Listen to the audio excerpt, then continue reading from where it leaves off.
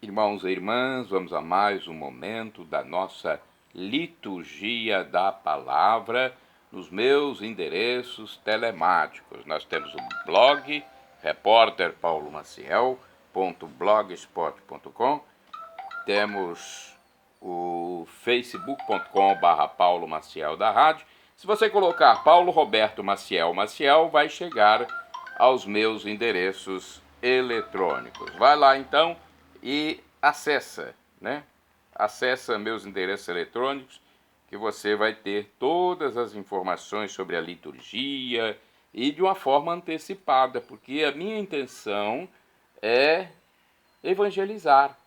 Foi Deus quem me deu essa missão, fazendo coisas extraordinárias em minha vida. E eu vi como é grande o poder de Deus para todos nós. Ele deseja que todos nos salvemos após essa peregrinação terrena. Liturgia neste vídeo de 30 de maio de 2023, terça-feira, 8ª semana do Tempo Comum, dia de Santa Joana d'Arc, Santa Dímpina, Petronila, Fernando III. Olha, a 8ª semana da Páscoa, a cor dos paramentos litúrgicos é verde, e no rito da celebração temos o ofício do dia da 4ª semana do Saltério. Vamos então começar a nossa transmissão dos ritos, né, da Igreja Católica Apostólica Romana. Antífona da entrada. O Senhor se tornou o meu apoio, libertou-me da angústia e me salvou porque me ama. É o Salmo 17, versículos 19 e seguinte. Oração do dia. Fazei, ó Deus, que os acontecimentos deste mundo decorram da paz que desejais, e vossa igreja vos possa servir alegre e tranquila, por nosso Senhor Jesus Cristo, vosso Filho, na unidade do Espírito Santo. Assim seja. Primeira leitura é a leitura do livro do Eclesiástico, capítulo 35, versículos do 1º ao 15. Aquele que guarda a lei faz muitas oferendas. Aquele que cumpre os preceitos oferece um sacrifício salutar. Aquele que mostra agradecimento oferece flor de farinha, e o que pratica benevolência oferece um sacrifício de louvor. O que agrada ao Senhor é afastar-se do mal, e o que o aplaca é deixar a injustiça. Não te apresentes na presença de Deus de mãos vazias, porque tudo isso se faz em virtude do preceito. O sacrifício do justo enriquece o altar, o seu perfume sobre o Altíssimo. A oblação do justo é aceitável, e sua memória não cairá no esquecimento. Honra o Senhor com coração generoso, e não regateis as primícias que apresentais. Faz todas as tuas oferendas com semblante sereno, e com alegria consagra o teu dízimo. Dá a Deus segundo a doação que Ele te fez, e com generosidade conforme as tuas posses, porque Ele é um Deus retribuidor e te recompensa 7 vezes mais. Não tentes corrompê-lo com presentes. Ele não os aceita. Nem confies em sacrifício injusto, porque o Senhor é um juiz que não faz discriminação de pessoas. Palavra do Senhor, graças a Deus. Que bonito texto de Eclesiástico. Agora nós temos o Salmo responsorial, é o Salmo 50, versículos do 5º ao 6º, 7º ao 8º, 14, 23 Refrão 23b. A todos que procedem retamente, eu mostrarei a salvação que vem de Deus. Repitamos: a todos que procedem retamente, eu mostrarei a salvação que vem de Deus. Reuni à minha frente os meus eleitos, que selaram a aliança em sacrifícios. Testemunha o próprio céu seu julgamento, porque Deus mesmo é juiz e vai julgar. A todos que procedem retamente, eu mostrarei a salvação que vem de Deus. Escuta, ó meu povo, eu vou falar. Ouve, Israel, eu testemunho contra ti, eu, o Senhor, somente eu, sou o teu Deus. Eu não venho censurar teus sacrifícios, pois sempre estão perante mim teus holocaustos. A todos os que procedem retamente, eu mostrarei a salvação que vem de Deus. Imola a Deus um sacrifício de louvor e cumpre os votos que fizestes ao Altíssimo. Quem me oferece um sacrifício de louvor, este sim, é que me honra de verdade.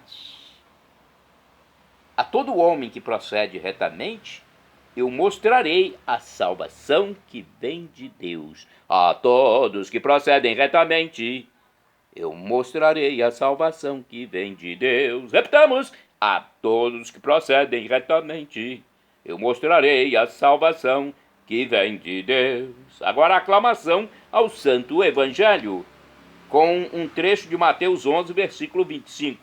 Aleluia, aleluia, aleluia, aleluia. Aleluia, aleluia, aleluia, aleluia. Graças te dou, ó Pai, Senhor do céu e da terra, pois revelastes os mistérios do teu reino aos pequeninos, escondendo-os aos doutores. Aleluia, aleluia, aleluia, aleluia. Aleluia, aleluia, aleluia, aleluia. O Evangelho de Jesus Cristo foi escrito pelo evangelista Marcos, secretário de São Pedro, capítulo 28 até o capítulo 31. O Senhor esteja convosco, Ele está no meio de nós. Proclamação do Evangelho de Jesus Cristo segundo São Marcos. Glória a vós, Senhor. Pelo sinal da Santa Cruz, livra-nos Deus, nosso Senhor, dos nossos inimigos. Naquele tempo, Pedro começou a dizer a Jesus: eis que deixamos tudo e te seguimos. Respondeu-lhe Jesus: em verdade vos digo, ninguém há que tenha deixado casa ou irmãos, ou irmãs, ou pai, ou mãe, os filhos, terras, por causa de mim, e por causa do Evangelho, que não receba, já neste século, 100 vezes mais casas, irmãos, irmãs, mães, filhos e terras, com perseguições. E no século vindouro, a vida eterna. Muitos dos primeiros serão os últimos, e dos últimos serão os primeiros. Palavra da salvação, glória a vós, Senhor. Vamos à reflexão, é um texto de Antônio Carlos Santini, na sua liturgia comentada, com o título Nós que deixamos tudo. Comentário baseado em Marcos 10, versículos do 28 ao 31.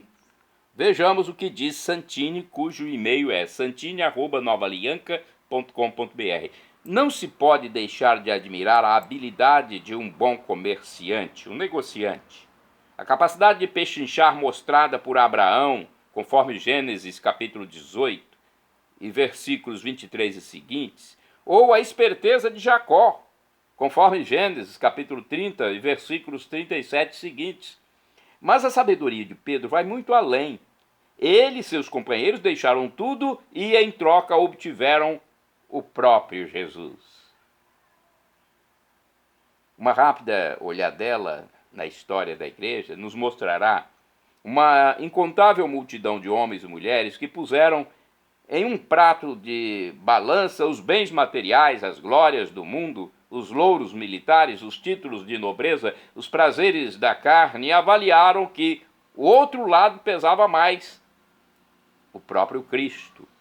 Não admira que seja ele mesmo, o próprio Cristo, a anexar uma promessa para esses hábeis negociantes, em troca do tudo que deixaram.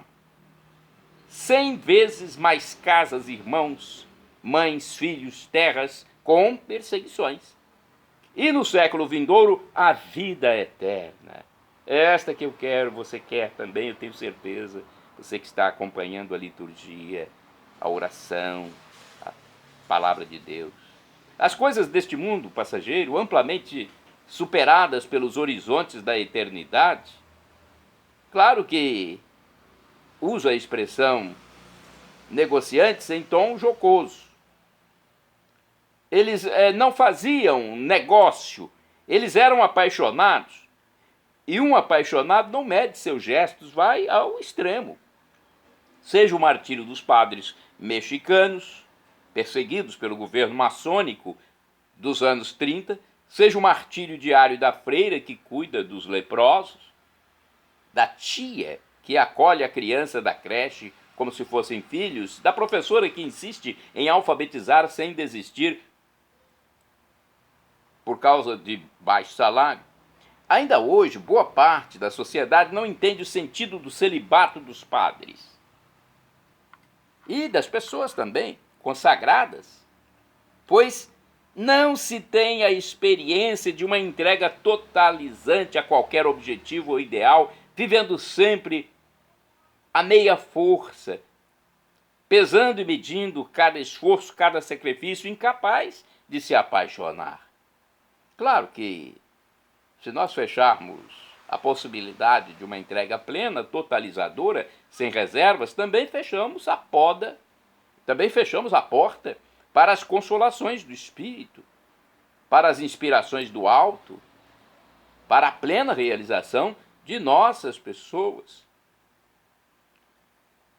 Ao contrário, quando contemplamos a vida dos homens e mulheres que deixaram marcas em nosso tempo, como Gandhi, Dom Orione, Florence Nightingale ou Albert Schweitzer,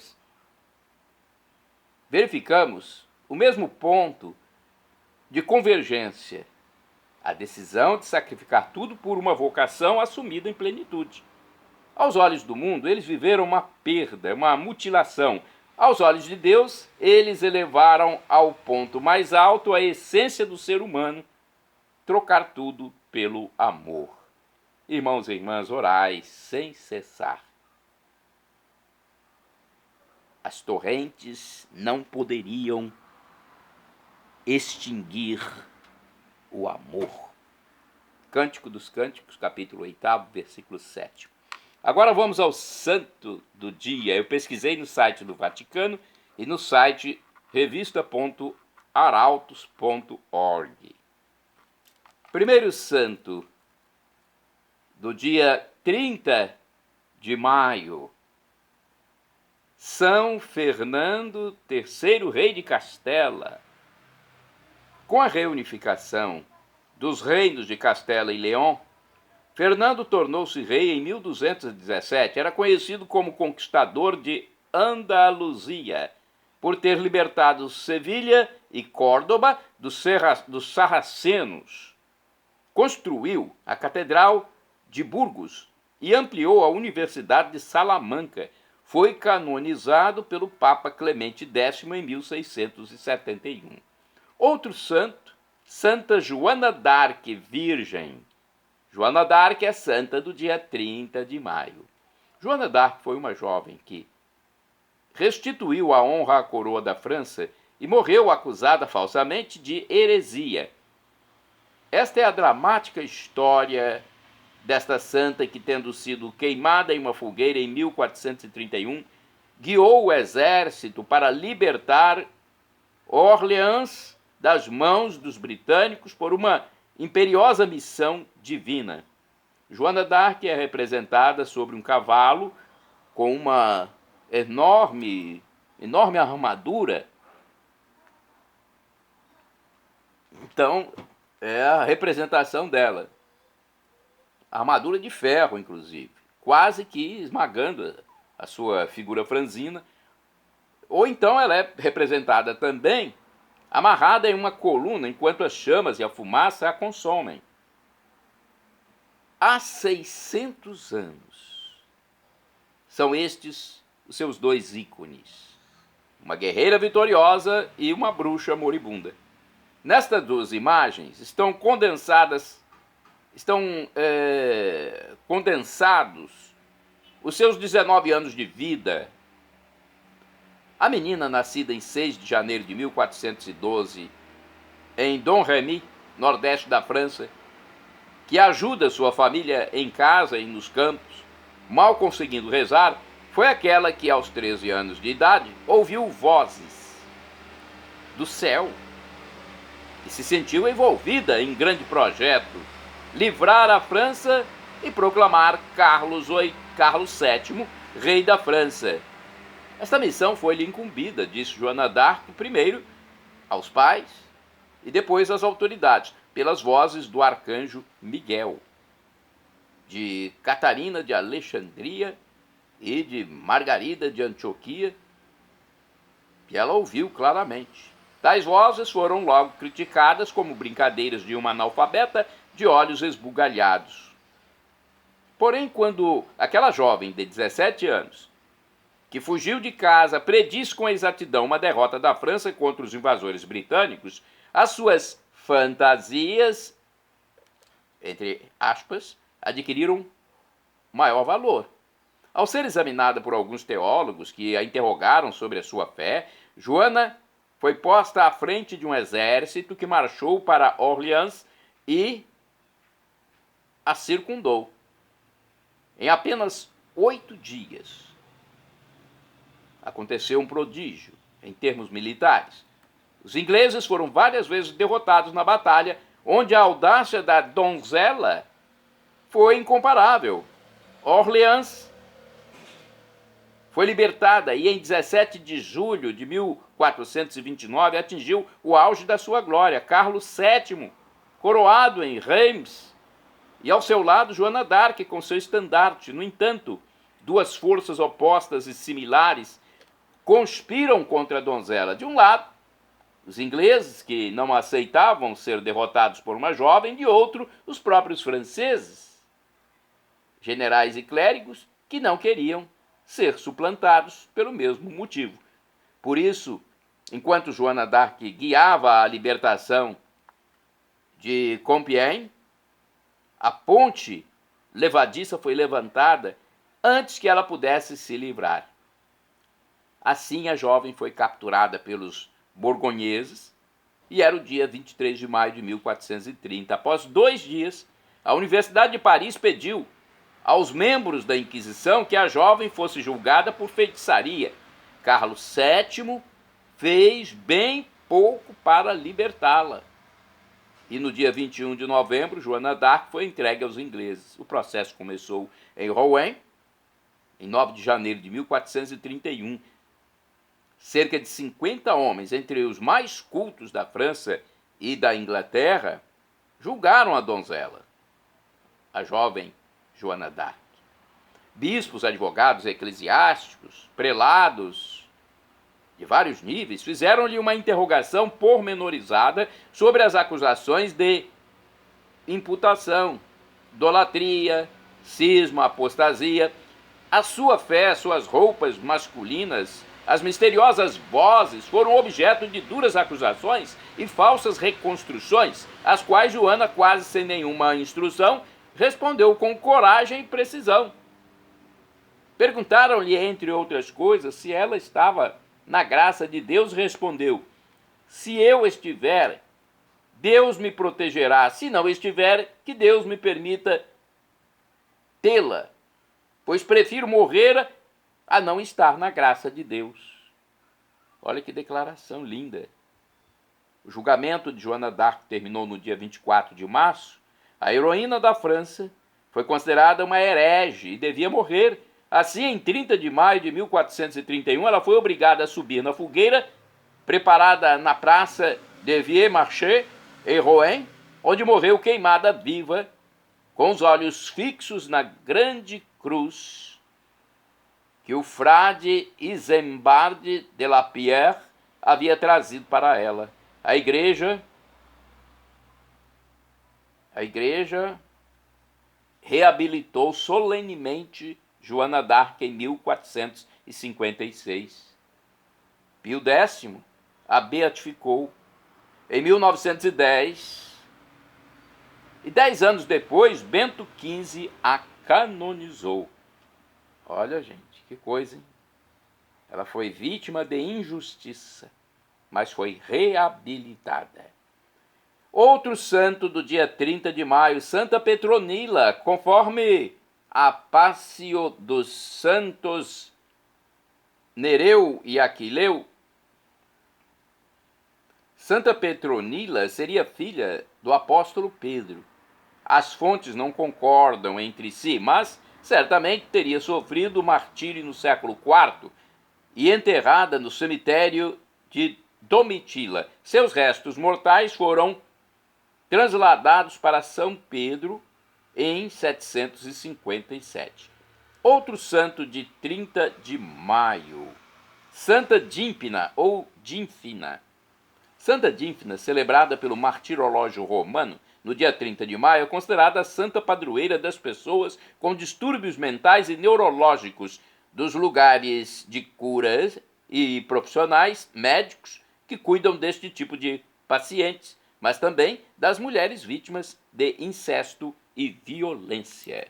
Olha, uma santa com nome diferente, né? Dínfina ou Dínfina. Temos mais santos no site revista.arautos.org.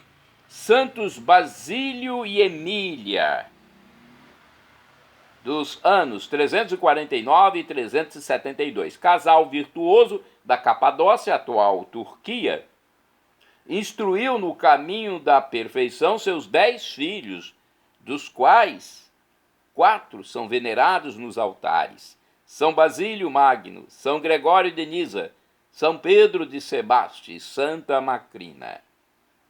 São Fernando III, rei de Castela e Leão, do ano 1252. Grande devoto da Virgem Maria, foi prudente na administração do reino, cultivador das artes e das ciências, e foi um zeloso na propagação da fé. São Fernando III. Santa Joana d'Arc, já falei, foi virgem, morreu em 1431, após ter combatido valentemente em defesa da pátria, foi entregue nas mãos dos inimigos, condenada num processo iníquo e queimada viva. São Lucas Kirby, presbítero e mártir, morreu em 1582. Após sofrer inúmeros tormentos, foi suspenso na forca em Tyburn, Londres, durante o reinado de Isabel I. São Matias Calemba, mártir, morreu em 1886. Cognominado Mulumba, o Forte, em Kampala, Uganda, abandonou o culto maometano, foi batizado, renunciou ao cargo de juiz e se dedicou a difundir a doutrina católica, sendo por isso torturado e morto por ordem do rei Muanga. São José Amarelo, bispo, morreu em 1895, bispo de Aqui, no Piemonte, Itália, fundador da congregação dos Oblatos de São José. Beato Guilherme Scott, presbítero e mártir, morreu em 1612, nascido numa família anglicana, converteu-se ao catolicismo e fez-se beneditino. Foi morto no reinado de Jaime I da Inglaterra, por exercer clandestinamente seu ministério sacerdotal. Olha, todos esses santos, rogai por nós. Quantos santos, né? Que história. Shalom Adonai é o que eu desejo para vocês. A paz de Deus. Shalom Adonai é do hebraico, significa a paz de Deus. El Shaddai significa Deus onipotente, Deus todo-poderoso, Deus do impossível. É Deus que faz possível o que é impossível para os homens. Ele proverá, ele providenciará aquilo que você pede, se for para o seu bem. O professor e escritor de mais de 100 livros da Igreja Católica, Felipe Aquino, em seu canal no YouTube, professor Felipe Aquino, e escritor que responde às perguntas, às dúvidas dos católicos, ele diz que Deus pode nos dar uma dessas 3 respostas: sim, não ou espere. Ele vai fazer o que é melhor para você. Creia em Deus firmemente, porque Ele é um Pai amoroso e justo. Justo em toda a sua plenitude. E agora do aramaico eu clamo: Maranatá, como dizemos nós católicos, com a tônica na última sílaba, ou Maranata com a tônica na penúltima sílaba, como dizem nossos irmãos separados, os evangélicos ou protestantes. Não importa a pronúncia, o significado é o mesmo. Vinde, Senhor Jesus. Um dia ele vai voltar e vai ser o juízo final. O apóstolo dos gentios, o apóstolo que nos evangelizou, São Paulo, diz que o sofrimento de agora nem se compara com a glória futura que será revelada em nós que formos salvos. Então não seja ímpio. Procure a salvação, aceite a graça de Deus. Deus que se humilhou por nós. Ele se humanou, viveu entre nós. Sofreu, morreu na cruz pelos nossos pecados, para nos salvar, para nos levar para a vida eterna, para que nós vivamos eternamente com Ele, com Deus Pai, Deus Filho, Deus Espírito Santo, numa espécie de elevação. Algo glorioso, algo inenarrável. Não tem vocabulário para expressar. Nós teremos a visão beatífica do Criador do universo, estaremos com Ele para todo sempre. Você que ainda não abraçou essa graça de um Deus tão amoroso como esse, faça isso. E aí nós vamos nos encontrar na outra vida, quando passarmos por esse mundo peregrino aqui, onde somos pó, somos vermes, somos indignos servos, somos cinza. De que morrermos e formos enterrados, nossos corpos se transformarão em vermes em poucos dias, depois em cinza, pó. Então o que vale é a nossa alma, que irá para Deus, e o nosso corpo glorificado que Ele nos dará. E nós não teremos mais fome, mais sede, mais doença. Poderemos comer ou não comer, tanto faz. O que vai valer para nós é o Criador do universo, nosso Deus, que será nosso louvor para sempre. Nossa vida, vida que nunca mais vai se acabar. Para isso nós temos que reconhecer essa graça, nos reconciliar com Ele. Perdão, Senhor, pelos meus pecados passados, presentes, futuros, físicos, espirituais, pecado de pensamento, palavras, atos, omissões, e me dê a vida eterna. Meu Jesus, eu quero a vida eterna convosco, meu Jesus.